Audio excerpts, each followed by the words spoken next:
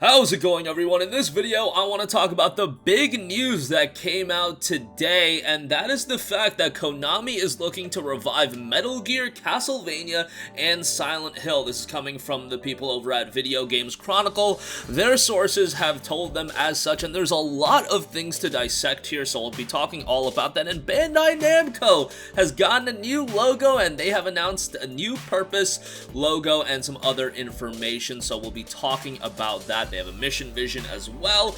Okay, but first of all, Metal Gear, Castlevania, and Silent Hill, three franchises I'm sure people want to see a lot more of. Castlevania just had its Advanced Collection get released, and that's pretty cool. Silent Hill, the rumblings have been around for a very long time, and Metal Gear, well, you know, it's Metal Gear. That's according to publishing sources who spoke to VGC anonymously because they did not have permission to discuss their projects publicly. That goes without saying. Now, there's a lot of things to dissect here, but there's also a lot of information in VGC's article, so I'll leave that in the description box below. It was noted that the first of these titles will be a brand new Castlevania game, which sources describe as a reimagining of the series currently in development internally at Konami in Japan, with support from local external studios. I like the idea of local external studios. I think they can be of help as well. Now, also, VGC noted Metal Gear Solid. There's been rumblings about Bluepoint working on a remake to Metal Gear Solid. However, VGC was told that the series is actually being worked on by an external studio, Virtuous. They were established back in 2004, and they focus on supporting the development of major AAA games or bringing existing games to new platforms. Recently, it worked on the Switch ports of Dark Souls Remastered, The Outer Worlds, and the BioShock Collection, and they also helped out with titles such as Battlefield 1 and Horizon Zero Dawn. The new project is currently in early development, and multiple sources suggest that it would be centered around fan-favorite entry Metal Gear Solid 3 Snake Eater rather than the original Metal Gear Solid. I don't know really how to feel about that. MGS3 was obviously one of the most iconic games of all time. Snake Eater is still a song that I regularly listen to on my phone, but, you know, if you want to do a remake and get new people invested into Metal Gear Solid, you would think you would start with MGS1, but it would depend on what exactly they're trying to do. Are they trying to, like, build off of MGS3, or are they trying to recreate it? It'd be interesting to see where they would go on that. And then, maybe most interestingly, multiple Silent Hill games are currently in development at various external development studios, and that was by an earlier report from VGC from February. One of those projects was outsourced to a prominent Japanese developer earlier in the year. Now, that's a lot to dissect. I think that's exciting, and that also gets a lot of people skeptical. Now, I don't think Konami is in everybody's best graces, but at the end of the day, if we want a new Metal Gear, if we want Castlevania, if we want Silent Hill, we need, you know, there's no other way unless Konami's gonna work well with others, or Konami's just gonna develop them themselves. And we've seen some Metal Gear games. Metal Gear Survive, I don't know about that one. Contra Rogue Core, I don't know about that one. So I think if they are outsourcing some of these projects to external development studios, you know, those development studios that have already established themselves, you know, there's talented people in those studios, very talented people,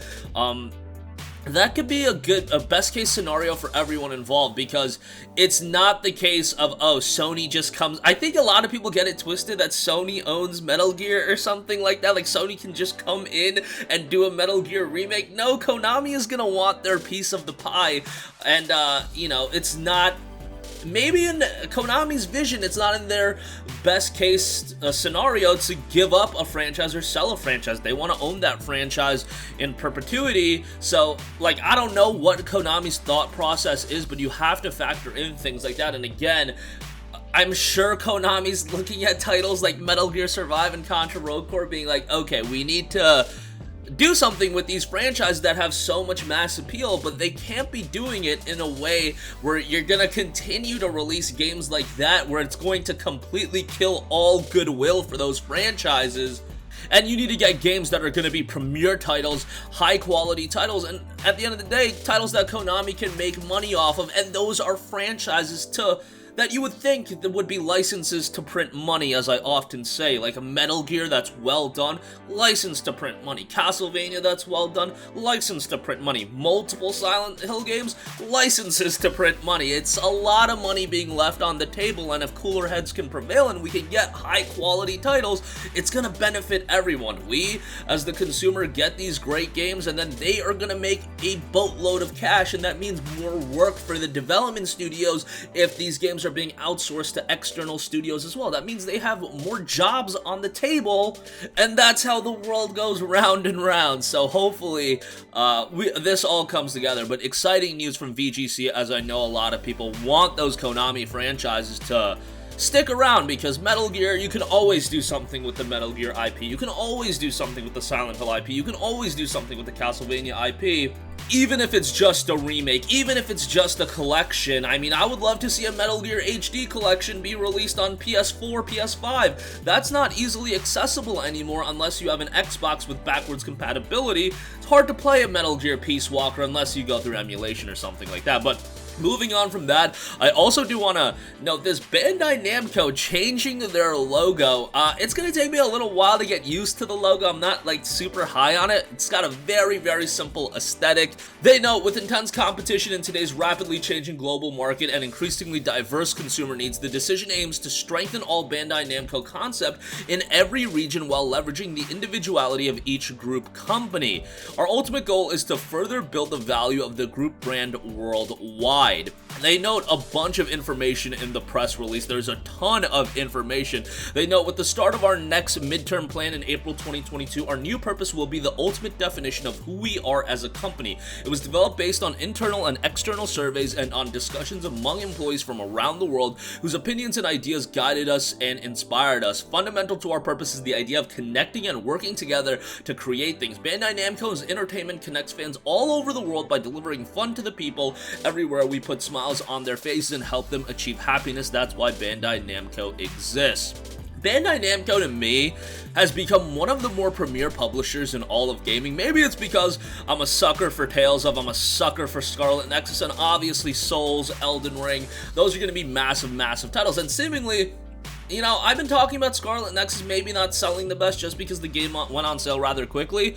I'm starting to rethink that because the game's getting a good bit of DLC. I'm sure that was in the works before the game even came out, but as it became evident, remember, the game was centered around an Xbox marketing campaign, and now, seemingly, we understand why. The game just dropped on Xbox Game Pass. Chances are Bandai Namco was taken care of because of that, and I believe the game did sell north of 1 million at this point, which that number is very, very good, given that I don't think Scarlet Nexus had the budget of Tales of Arise, and I just think Scarlet Nexus as an IP, it has a lot of potential going forward. Maybe don't title it Scarlet Nexus 2, but Scarlet something, just to, you know, so people can recognize, okay, this is in that Scarlet IP, but it could also be a bridge to new people playing the game on top of that, where if you just dub it Scarlet Nexus 2, maybe that might, you know, get people be like, okay, it's a sequel, I don't know if I can jump in right away. I don't know, it's just food for thought from my eyes. I'm sure Bandai Namco is going to know how to market a potential sequel better than me, but I just thought Scarlet Nexus as an IP,